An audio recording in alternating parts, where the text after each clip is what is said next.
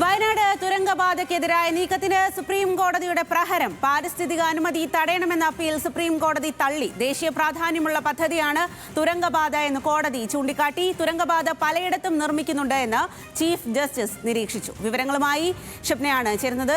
ഷബ്ന, എന്തായാലും കേരളത്തിന് ആശ്വാസകരമാണ് സുപ്രീം കോടതിയുടെ ഇടപെടൽ എന്നുള്ളതാണ്.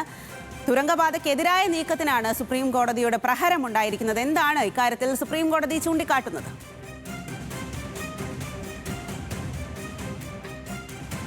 ഹൈക്കോടതിയിൽ വയനാട് പ്രകൃതി സംരക്ഷണ സമിതി ഇത്തരം ഒരു ആവശ്യം ഉന്നയിച്ച് ഹൈക്കോടതിയെ സമീപിച്ചിരുന്നു. ഹൈക്കോടതി എന്നാൽ തുരങ്കപാത നിർമ്മാണം തുടരാം എന്ന് തന്നെയായിരുന്നു ഉത്തരവിട്ടത്.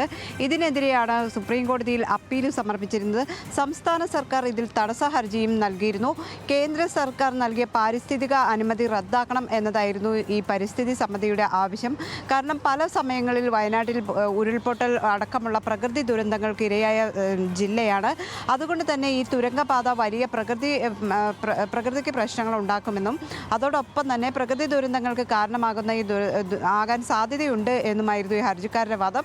സംസ്ഥാന സർക്കാർ എന്നാൽ ഈ വാദത്തെ എതിർത്തിരുന്നു.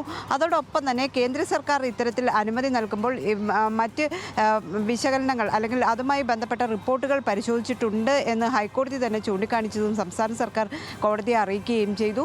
തുടർന്നാണ് ഇപ്പോൾ സുപ്രീം കോടതിയും ഈ അപ്പീൽ ഹർജി തള്ളിയിട്ടുള്ളത്. അതോടൊപ്പം തന്നെ ചീഫ് ജസ്റ്റിസ് ഇന്ന് പറഞ്ഞിട്ടുള്ളത് പലയിടത്തും ഇത്തരത്തിൽ തുരങ്കപാതകൾ നിർമ്മിക്കുന്നുണ്ട്. കോടതി ഏതെങ്കിലും തരത്തിൽ ഈ വിഷയത്തിൽ ഇടപെട്ടാൽ ഇനിയും ഇത്തരത്തിലുള്ള നിർമ്മാണങ്ങൾ വൈകും എന്ന് കോടതി ചൂണ്ടിക്കാണിക്കുകയും ഇത്തരം ഒരു ഹർജി നിലനിൽക്കുന്നതല്ല അല്ലെങ്കിൽ പ്രസക്തമല്ല എന്ന് ചൂണ്ടിക്കാണിച്ചാണ് ഈ ഹർജി തള്ളിയിട്ടുള്ളത്. ശരി ഷബ്ന.